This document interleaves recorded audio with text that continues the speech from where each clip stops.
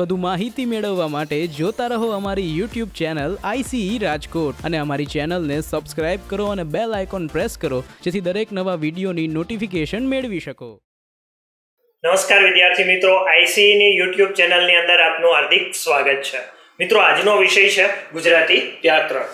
તો ગુજરાતી વ્યાકરણની અંદર ઘણા બધા અલગ અલગ પ્રકારના ટોપિક્સ આવતા હોય છે મિત્રો।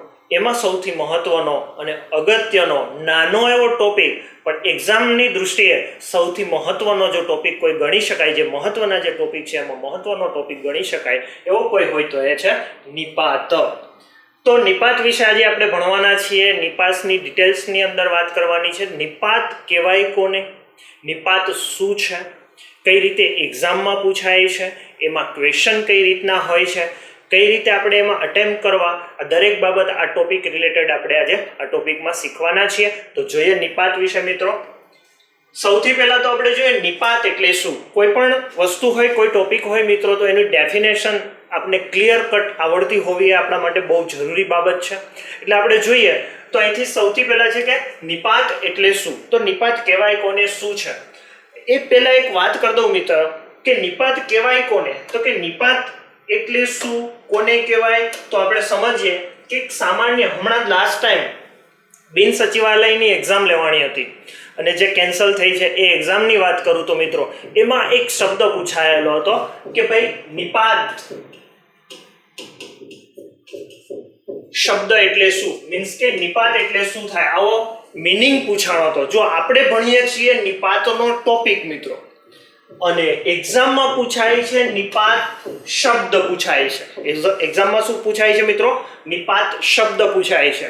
હવે એના 4 ઓપ્શન આપને આપેલા હતા વગેરે વગેરે।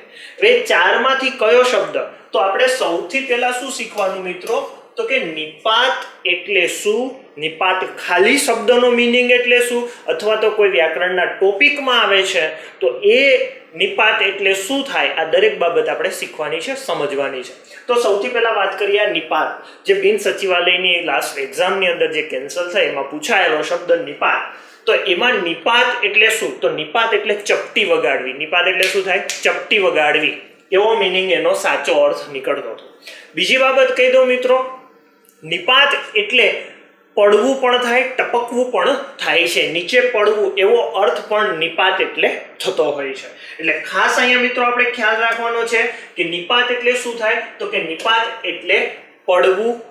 બીજો તો કે એના અર્થ પ્રમાણે જો પૂછાય તો જ્યારે વ્યાકરણની દૃષ્ટિએ એના સમાનાર્થી શબ્દ કે એના અર્થ સૂચન સ્વરૂપે પૂછાય ત્યારે નિપાત એટલે શું સમજવાનું છે મિત્રો, નિપાત એટલે ચપટી વગાડવી પણ થાય, અને જે બિન સચિવાલયની અંદર એનો સાચો આન્સર હતો। તો હવે આપણે અહીંયા નિપાત ટોપિક ભણીએ છીએ તો એની ડેફિનેશન શું હશે એ સમજીએ મિત્રો। તો જે નિપાત એટલે શું, તો કે જુદા જુદા પ્રકારના વ્યાકરણની ભાષાના શબ્દો, વ્યાકરણની ભાષાના શબ્દો। હવે વ્યાકરણની ભાષાના શબ્દો કયા કયા એ બી આપણે સમજવું પડે મિત્રો।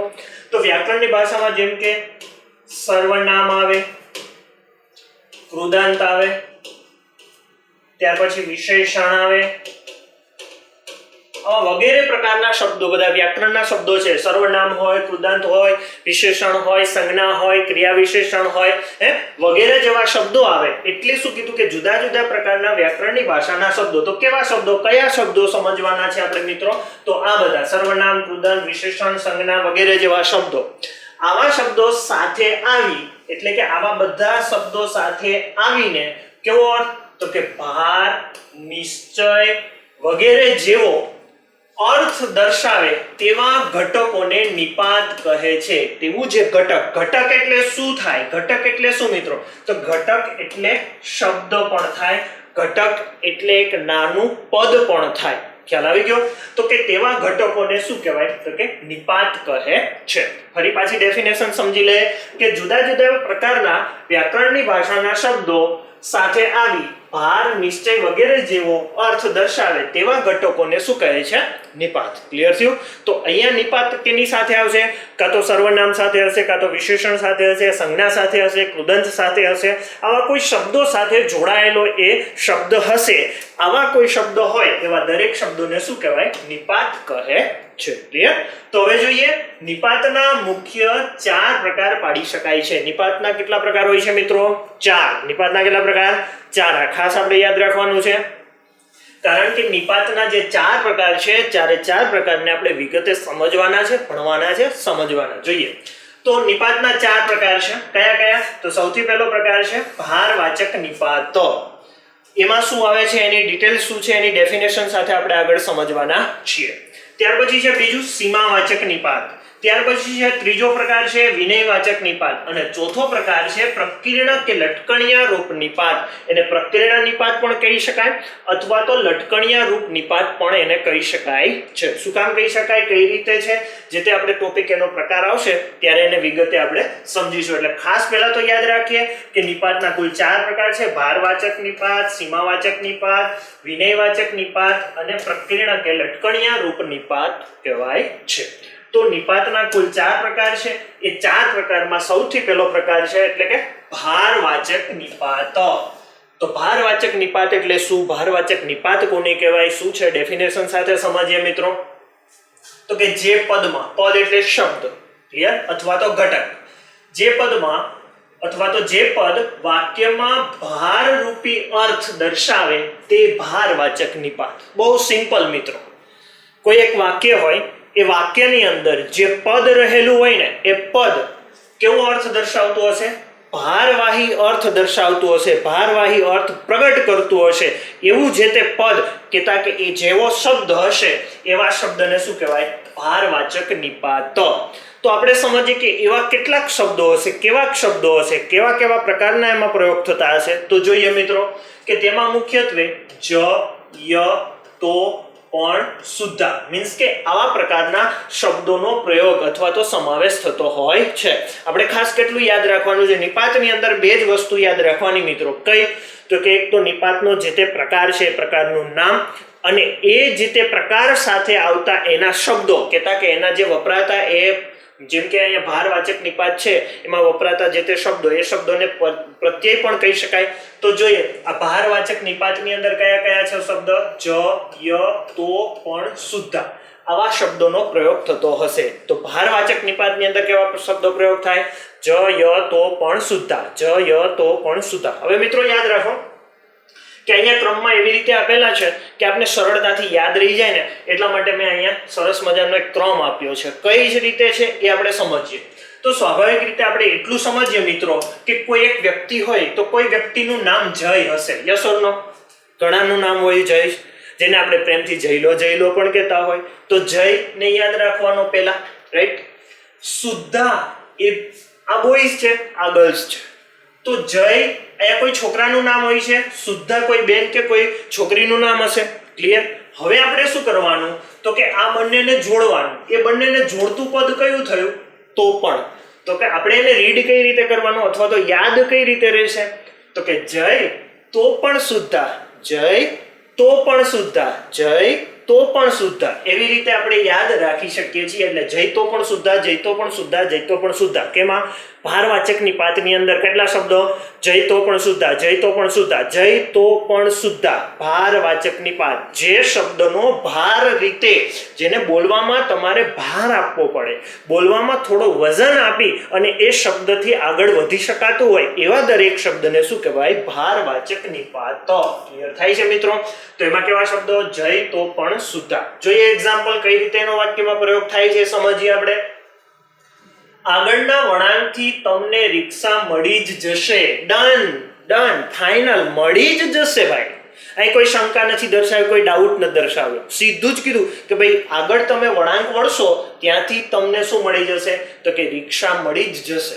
જ ભારવાહી અર્થ પ્રગટ કરે છે. નહીતર આ વાક્યની અંદર જો હું એમ બોલું કે આગળના વળાંકથી તમને રિક્ષા મળી જશે, સમજાય છે મારી વાત? આ જનો હું પ્રયોગ કદાચ ન કરું તો એમાં કઈ વાક્યના અર્થમાં કોઈ બદલાવ આવતો નથી. પણ જોઈએ આપણે આગળના વળાંકથી તમને રિક્ષા મળી જશે, આટલું કોઈ કે પણ તો કેવું કે આપણે વિશ્વાસ આવે, પણ કેવો 90% 95% વિશ્વાસ આવે કે મળી જશે, એમાં ડાઉટ છે. બટ હવે આપણે સમજીએ કે આગળના વળાંકથી તમને રિક્ષા મળી જ જશે. ડન થઈ ગયું મિત્રો, ફાઇનલ થઈ ગયું કે ભાઈ મળી જ જશે, પૂરું ફાઇનલ જ છે. જેમ કે આપણે કોઈ એક્ઝામ હોય અને ગવર્મેન્ટ આપણી એક્ઝામની ડેટ ડિક્લેર કરે, ડેટ પ્રોપર ડેટ કે ભાઈ 4/9/2020 એક્ઝામ ફલાણી હશે, તો એ 4 તારીખે જ એક્ઝામ હશે, આપણે ડન થઈ જાય. પણ એમ કે ઓક્ટોબરમાં એક્ઝામ હશે, તો ઓક્ટોબર તો 1 થી 30 તારીખ 31 તારીખ સુધી જાય, તો એમાં કઈ તારીખ હશે? અસમંજસ, મીન્સ કે ડાઉટ, શંકા છે. અહીંયા શું થાય છે? જ થી શું થાય છે? ભારવાહી અર્થ પ્રગટ થાય કે આગળના વળાંકથી તમને રિક્ષા મળી જ જશે. જ નો પ્રયોગ કેવો થયો? તો કે ભારવાહી અર્થ પ્રગટ કરે છે. કોણ? આ જ. ક્લિયર થયું? તો એ જ છે એ ભારવાહી અર્થ પ્રગટ કરે છે, જેને લઈને એ કેવો થયો? તો કે એ ભારવાચક નિપાત છે. ક્લિયર મિત્રો? ત્યાર પછી આગળ જોઈએ, તમારે અમારી સાથે આવવું છે. તમારે અમારી સાથે આવવું છે. તમારે, જો આ ય છે ને એ બહુ મોસ્ટ આઈએમપી છે. શું?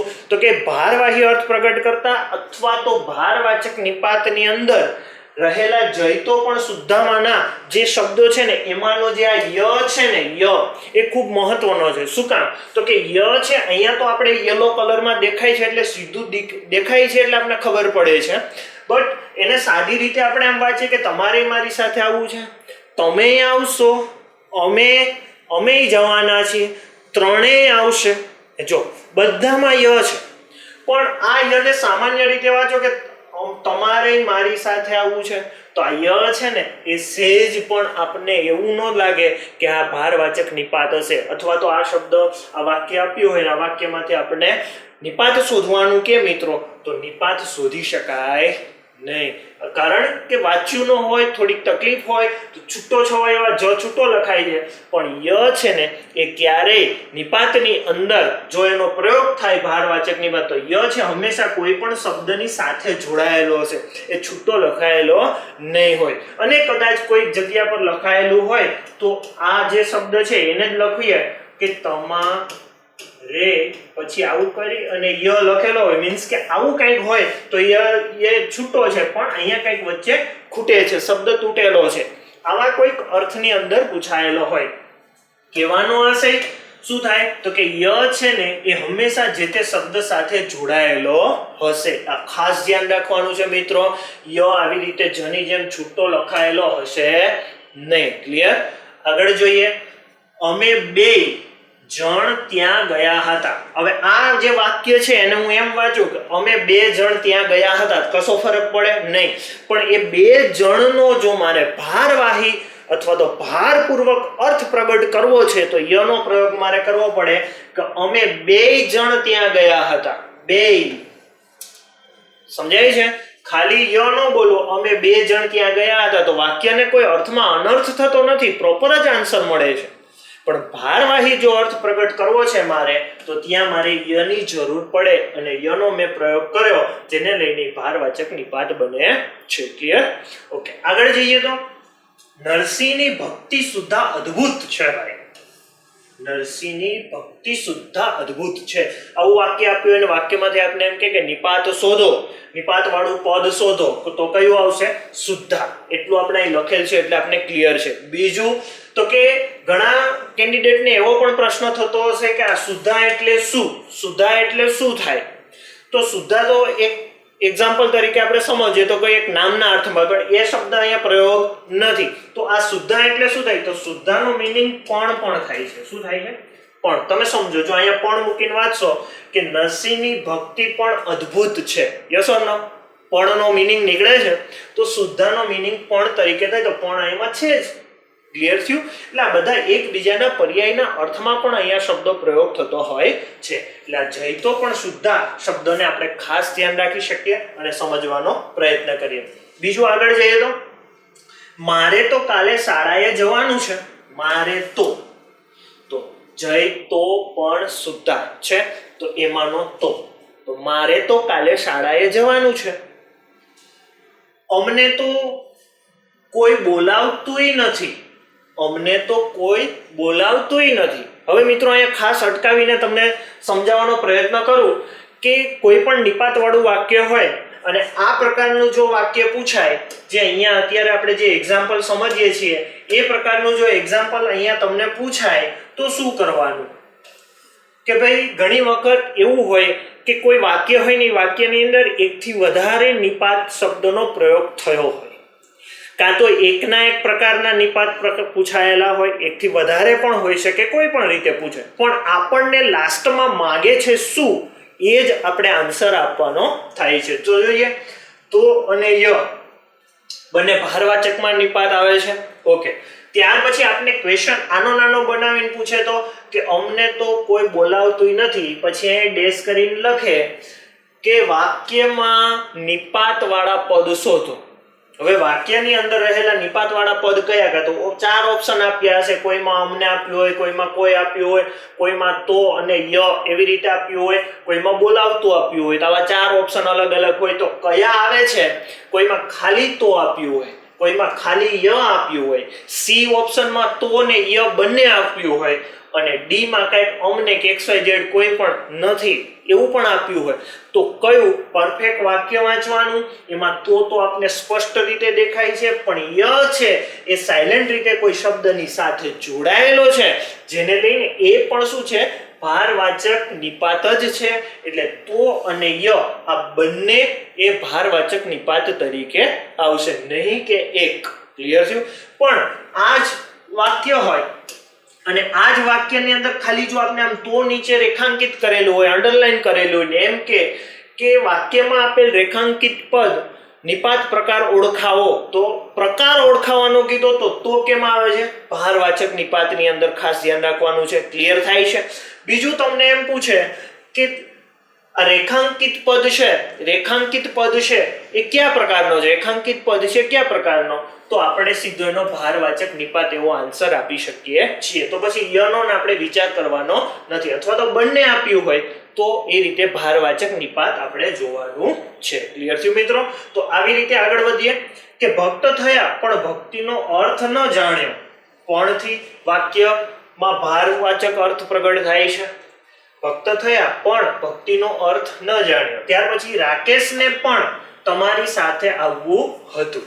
તો મિત્રો અહીંયા ભારવાચક નિપાતના આપણે જે જય તો પણ સુદ્ધા આ જે શબ્દો આપણે સમજ્યા છીએ, એ શબ્દો કેવા શબ્દો અર્થ પ્રગટ કરે છે? ભારવાચક, એટલે કે ભારવાહી અર્થ પ્રગટ કરતા શબ્દો છે, જેના એક્ઝામ્પલ આપણે અહીંયા સમજવાનો પ્રયત્ન કર્યો છે. તો મેં કીધું એવી રીતે નિપાતમાં 2 જ વસ્તુ યાદ રાખવાની. એક તો એનો પ્રકાર, તો કે પ્રકાર તો 4 છે, તો દરેક પ્રકારમાં કયા શબ્દો પ્રયોગ થાય? તો અહીંયા આપણે એક પ્રકાર જોયો ભારવાચક નિપાત. તો ભારવાચક નિપાતની અંદર જય તો પણ સુદ્ધા આટલા શબ્દો આપણે યાદ રાખવાના થાય છે. ક્લિયર મિત્રો?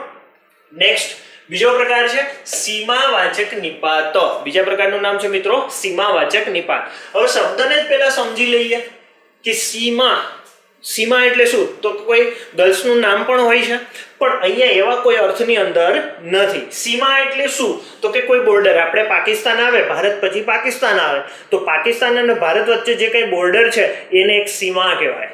સીમા એટલે શું? તો કે એક મર્યાદા છે. એમાં શું એક મર્યાદા અંકિત કે અહીંયા સુધી ભારત, અહીંયા સુધી પાકિસ્તાન, અહીંયા સુધી ચાઇના, એવી રીતે એની કોઈ મર્યાદાઓ અંકાતી હોય છે. એટલે અહીંયા ડેફિનેશન હવે સમજીએ તો કે જે પદ દ્વારા વાક્યમાં સીમા અથવા તો શું હોય? મર્યાદા. સીમાનો મીનિંગ અહીંયા શું થાય છે? મર્યાદા. કે એને ઓળંગી ન શકાય. આપણે લક્ષ્મણ રેખા આપણે ખ્યાલ જ છે, એક મર્યાદા દોરી દીધી હતી, પણ એને જો સીતાજી ઓળંગ્યા તો એનું પરિણામ આપણે બધાને ખ્યાલ છે. એટલે કે સીમા અથવા તો મર્યાદાનો અર્થ અભિવ્યક્ત થતો હોય ત્યારે સીમાવાચક નિપાત આવે છે.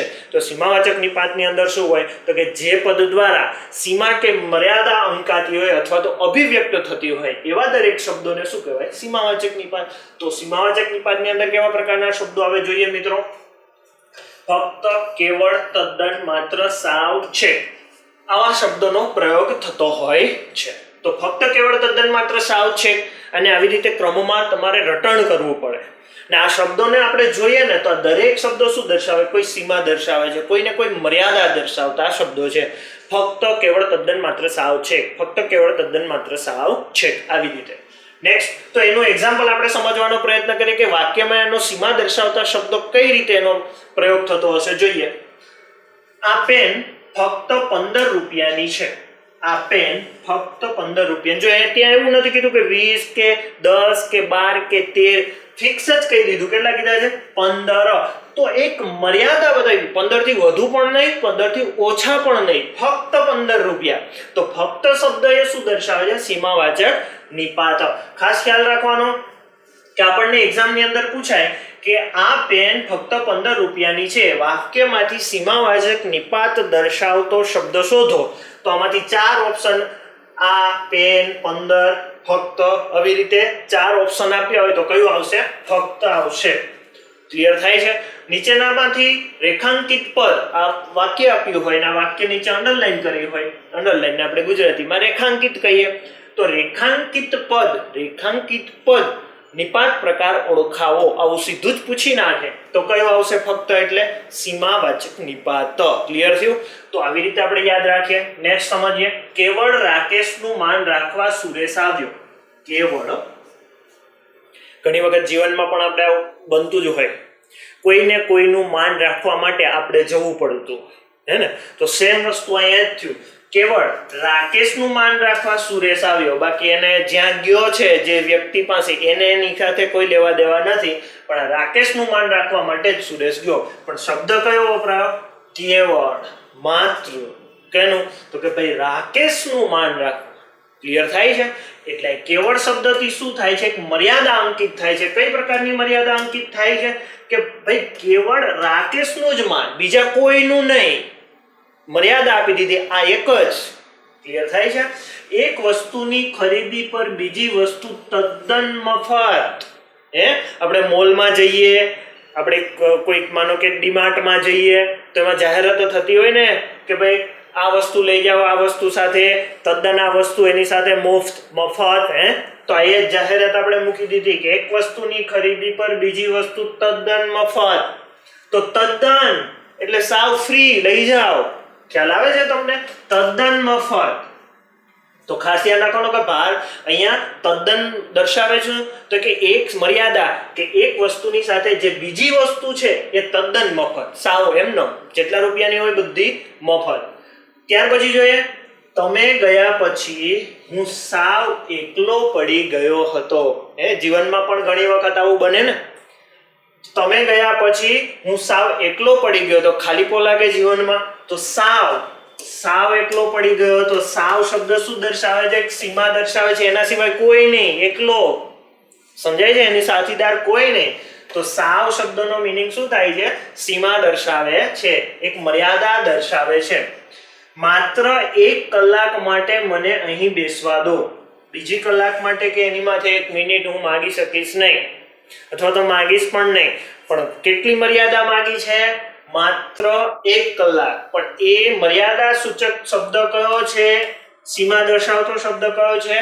માત્ર થી આપણને ખબર પડે છે. મને આ ખુશીની વાત છેક અમદાવાદ પહોંચીને ખબર પડી. મને ચાહે કોઈ બી ખુશીની હોય, આપણે અહીંથી બહાર જતા હોય અને બહાર જે માનો કે અમદાવાદ જ પહોંચ્યા હોય ને પછી કોઈ એક્ઝામનું રિઝલ્ટ ડિક્લેર થયું ને ખુશીના સમાચાર, આપણે એમાં બોર્ડ ફર્સ્ટ આવ્યા હોય, કોઈ પણ એક્ઝામની અંદર ફર્સ્ટ આવ્યા, અથવા તો XYZ કોઈ બી ખુશીની વાત આપણે પછી જ ખબર પડે, તો ત્યારે આવા શબ્દોનો પ્રયોગ આપણે કરતા હોય કે છેક અમદાવાદ. તો અમદાવાદ એક મર્યાદા આપી દીધી. નહીં એવું નથી કીધું ત્યાંથી આગળ ગાંધીનગર કે આમ બીજે ક્યાંય. સમજાય છે? એક મર્યાદા આપતો શબ્દ છે, મર્યાદા સૂચક શબ્દ છે. એટલે શું કીધું? મને આ ખુશીની વાત છેક અમદાવાદ પહોંચીને ખબર પડી. તો મિત્રો અહીંયા શબ્દ શું સૂચવે છે? કે સીમાવાચક નિપાત.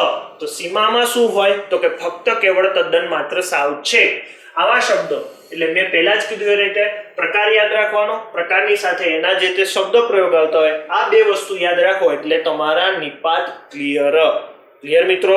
તો ખાસ ધ્યાન રાખજો, આવી રીતે સીમાવાચક નિપાતની અંદર કેવા પ્રકારના શબ્દોનો પ્રયોગ થાય છે એવું આપણે સમજી રાખીએ.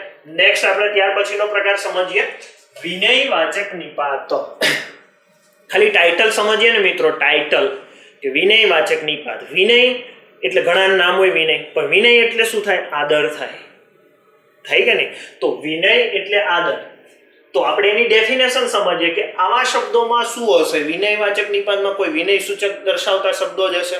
કેવા જોઈએ પહેલા ડેફિનેશન? તો કે વિનય, માન, આદરની લાગણી વ્યક્ત થાય તેને શું કહેવાય? તો કે વિનયવાચક નિપાત કહેવાય. તો કેવા શબ્દો હશે? જેમાં વિનય હશે, જેમાં માન જળવાતું હશે, જેમાં આદર જળવાતો હશે, આવો જે શબ્દ હશે એને શું કહેવાય? વિનયવાચક. તો એવો શબ્દ પ્રયોગ જે આપણે થાય છે વ્યાકરણને અહીંયા વિનયવાચક નિપાતની અંદર, એવો એક જ શબ્દ જે લેવામાં આવે છે, ગણતરીમાં કરવામાં આવે છે, એ શબ્દ એક જ છે. એ કયો છે? જી. કયો છે? જી. એક્ઝામ્પલ જોઈએ તો કે જી, આ તો બહુ સામાન્ય, બધાને ખ્યાલ આવી જાય કે દરેક ગુરુજી વંદનીય હોય છે. ગુરુજી હંમેશા વંદનીય જ હોય છે. તો શબ્દ કયો વાપર્યો છે? ગુરુજી. ખાલી અહીંયા એવું શબ્દ હું પ્રયોગ કરું કે દરેક ગુરુ વંદનીય હોય છે, તો એમાં કશો ફરક નથી કરવાનો, અર્થનો અનર્થ નથી થતો. પણ અહીંયા જી શબ્દ પ્રયોગ કરીને મેં શું કર્યું? એમનું માન જાળવ્યું, એમનો મેં આદર કર્યો, એનો મેં વિવેક કર્યો, એમનો મેં વિનય કર્યો. ખ્યાલ આવે છે? તો આ જી શબ્દથી શું થયું? એમનું માન જળવાય છે. બાકી એમ કહું કે દરેક ગુરુ વંદનીય હોય છે તો એમાં કશો ફરક નથી, અર્થના અનર્થ નથી, પ્રોપર જ છે. પણ હવે તો કેવું કે અત્યારની રૂઢિ પ્રમાણે તો આપણા જેવા 21મી સદીમાં આપણા જેવા યંગેસ્ટ હોય તો એમ કે કાં ગુરુ, સીધું જ ગુરુ, આવી રીતે એની ડેફિનેશન ચેન્જ થતી જાય છે. પણ આપણે અહીંયા સમજવું ખૂટે ને ખાસ કરીને વિનયવાચક નિપાતની અંદર જી શબ્દ પ્રયોગ થાય છે મિત્રો, તો આપણે દરેક ગુરુજી, તો જી શબ્દને શોધવાનો. જી શબ્દ એ કેવો નિપાત છે? વિનયવાચક નિપાત છે. ખાલી એક શબ્દ નીચેમાં અંડરલાઈન કરેલી હોય તો જી આવે તો કયો લેવાનો? વિનયવાચક નિપાત. એટલે ખાલી તમે આવું યાદ રાખી લો, વિનયજી, આવું યાદ રાખી લો, વિનયજી, વિનયજી, વિનયજી, વિનયજી, બીજું કાંઈ નહીં. તો વિનયવાચક નિપાતમાં જી. ક્લિયર? આટલું જ. કાલે શાળાએ સમયસર પધારશો જી. આપણે કહેતા જ હોય ને, કોઈને આમંત્રણ નિમંત્રણ આપતા હોય તો એમાં જી વાચક શબ્દનો પ્રયોગ વિનયથી, વિવેકથી, માનથી, આદરથી આપણે જી શબ્દનો પ્રયોગ કરતા જ હોઈએ છીએ. અને ખાસ કરીને આપણે ખબર છે ફોન ચાલુ હોય તો ફોનમાં જી, જી, ઓકે, ઓકે, જી. તો એ શું છે? જી સામેવાળાને આપણે માન આપીએ છીએ, આદર આપીએ છીએ. અમારી કંઈ ભૂલ હોય તો માફ કરશો જી. ક્લિયર? આમાં ખાલી સીધું અમારી કંઈ પણ ભૂલ હોય તો માફ કરશો, આવું બોલીએ તો પણ કંઈ કશો ફરક પડતો નથી. પણ જી એ શું છે? તો કે એક આદર છે, એક માન છે, એક વિવેક છે. ક્લિયર છે? ખાસ કરીને આ રિલેટેડ, જી રિલેટેડ તમને કાયમ યાદ રહી જાય એવું એક એક્ઝામ્પલ આપી દઉં. એમનો મૌખિક તો પણ તમને સરળતાથી સમજાય કે સામાજી એમ જનરલી ક્લાસની અંદર આપતો જ હોઈશું કે આપણા સિસ્ટર હોય, એ સિસ્ટરનું મેરેજ થઈ જાય તો આપણા સિસ્ટર હોય એને આપણે આપણી ગુજરાતી ભાષામાં સામાન્ય રીતે આપણે એને જીજી કહીએ. પછી એમનું લગ્ન થાય તો એ આપણી જે જીજી છે એટલે કે આપણી બહેન છે, એ સાસરે જશે તો એમના ઈવડાઈ હશે એને આપણે શું કહીએ? જીજા કહીએ. આપણે એને શું કહીએ? જીજા કહીએ. પછી એ જીજા છે કોઈક સમયવાર સંજોગો વસાત આપણા ઘરે ફરી પાછા ક્યારેક ચક્કર મારવા, આટો મારવા આવે તો અહીંયા આવતા આપણા ઘર પરિવારના સભ્યો બધા જ એને શું કહેશે? જીજા જી. એક તો જીજી, જીજા, અને હજી અહીંયા આવે એટલે એક જી વધારે આપીએ છીએ. એ જી શું છે? એ જી કયો છે? એ જી આ વિનયનો છે. એટલે કે એને માન આપીએ છીએ, એને મર્તબો આપીએ છીએ, એનો આદર કરીએ છીએ, એનો વિવેક કરીએ છીએ, એટલે આપણે એને જીજા જી કહીએ છીએ. ક્લિયર થયું છે મિત્રો? એટલે જ્યારે માન, આદર, વિવેક આપવામાં આવતો હોય એવું જે કંઈ પણ હોય ત્યારે કયો શબ્દ પ્રયોગ આવશે મિત્રો? જી. કયો આવશે? જી. એટલે વિનયવાચક નિપાતની અંદર શું આવશે? જી. વિનય જી. ક્લિયર? નેક્સ્ટ અને છેલ્લો અને ચોથો પ્રકાર જે છે પ્રકીર્ણ અથવા લટકણિયા રૂપ નિપાત.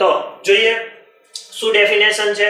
પ્રકીર્ણ પણ એને કહેવાય અથવા તો લટકણિયા રૂપ નિપાત પણ કહેવાય.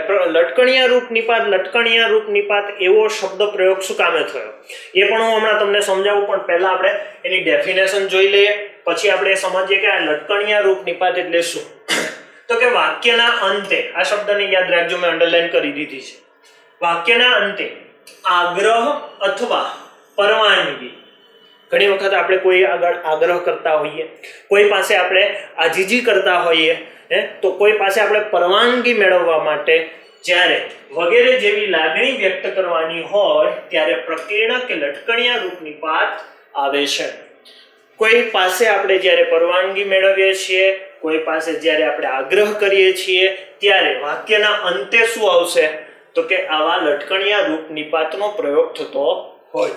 તો જોઈએ કયા કયા છે લટકણિયા રૂપ નિપાત એ આપણે જોઈએ.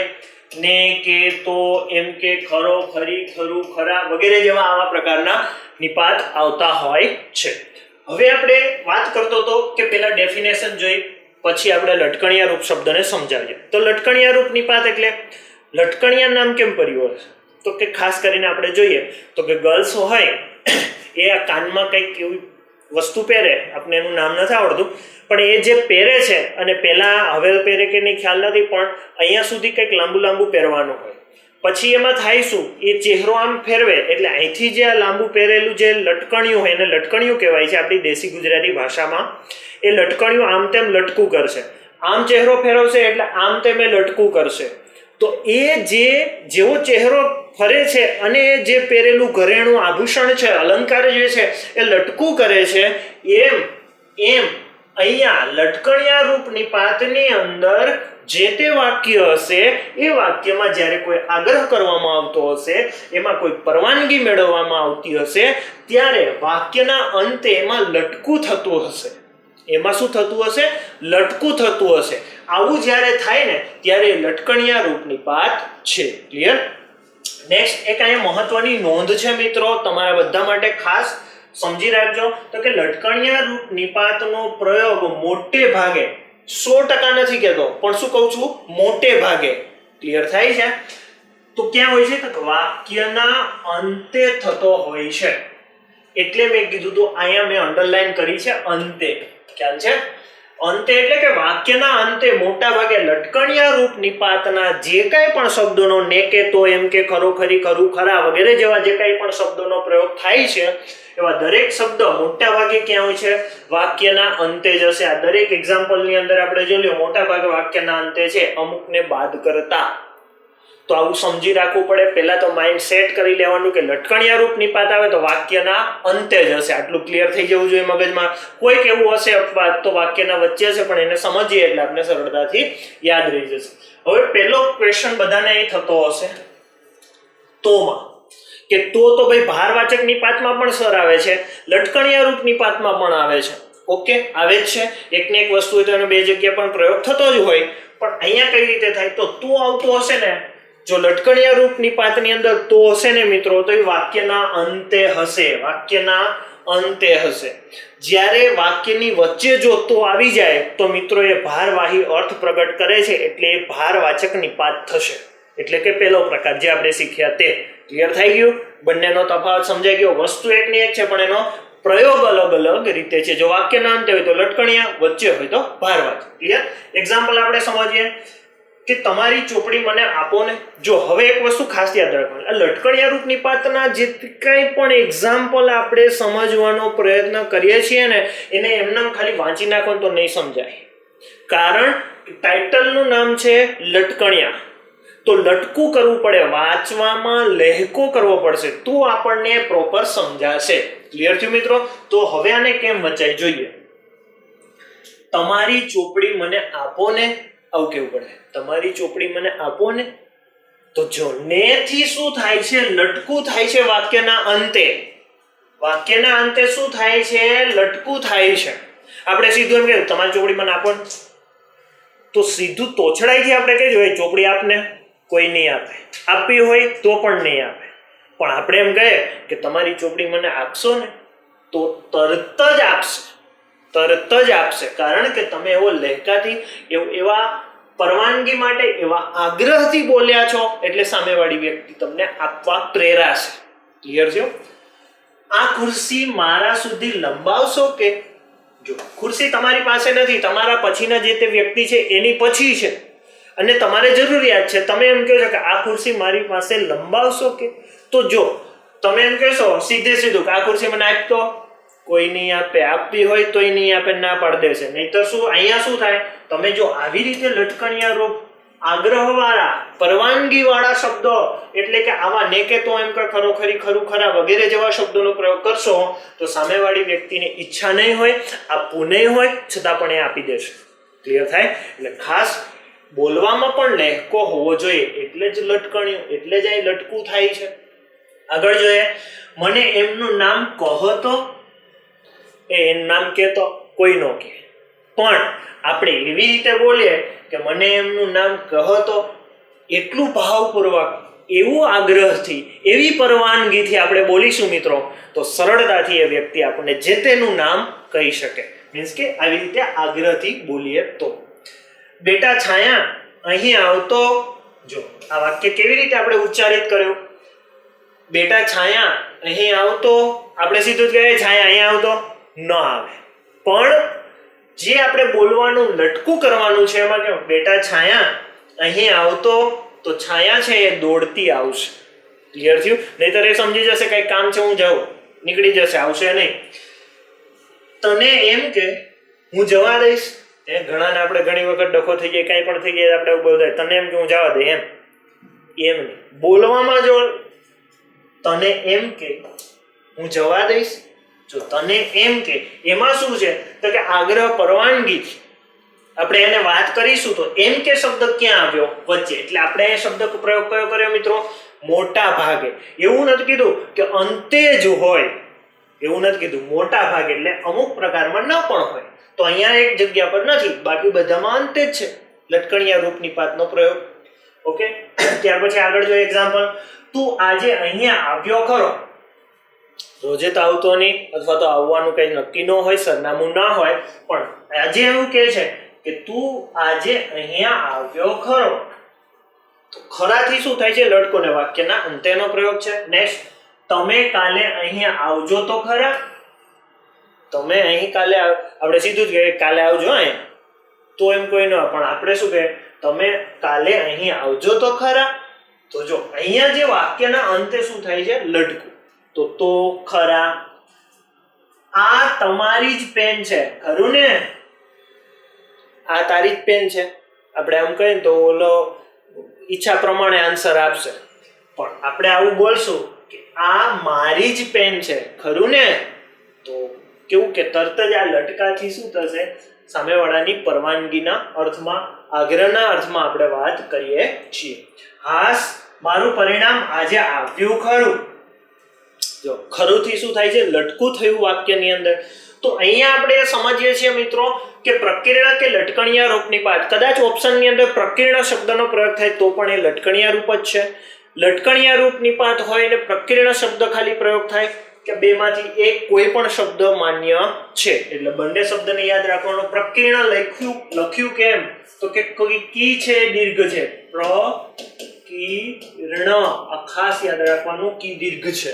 એટલે એ પણ આપણે જોડણી સ્વરૂપે પણ થોડું યાદ રાખી લઈએ અને સમજવાનો પ્રયત્ન કરીએ. તો ખાસ યાદ રાખીએ કે મેં પહેલા જ કીધું એવી રીતે કે નિપાત તમારે અને મારે જો મિત્રો યાદ રાખવા હોય તો મારે તમારે શું કરવું પડે?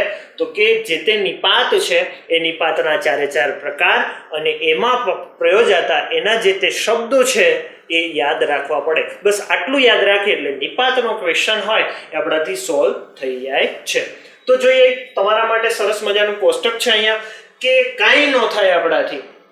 તો અંતે છેલ્લે આપણે ખાલી આ એક ટોપિક મીન્સ કે આ એક કોષ્ટકને આટલું સમજીને જઈએ ને તો પણ આપણે એમાં પૂછાય નિપાત રિલેટેડ કોઈ બી ક્વેશ્ચન એક્ઝામમાં તો એ સરળતાથી આવડી જાય. જોઈએ કે ભારવાચક નિપાત તો કેવા પ્રકારના શબ્દો છે? જય તો પણ શુદ્ધા. સીમાવાચક નિપાત ફક્ત કેવળ તદ્દન માત્ર સાવ છે. વિનયવાચક નિપાત જી. પ્રકીર્ણ અથવા લટકણિયા રૂપ નિપાત ને કે તો એમ કે ખરો ખરી ખરું ખરા. ક્લિયર થાય છે મિત્રો? તો આવી રીતે જે અહીંયા આપણે કોષ્ટક આપી દીધું છે, આ કોષ્ટકને પણ ખાલી છેલ્લી 5 મિનિટ કે 2-3 મિનિટમાં પણ આને રીડ કરી અથવા તો યાદ રાખી શકાય એવું છે.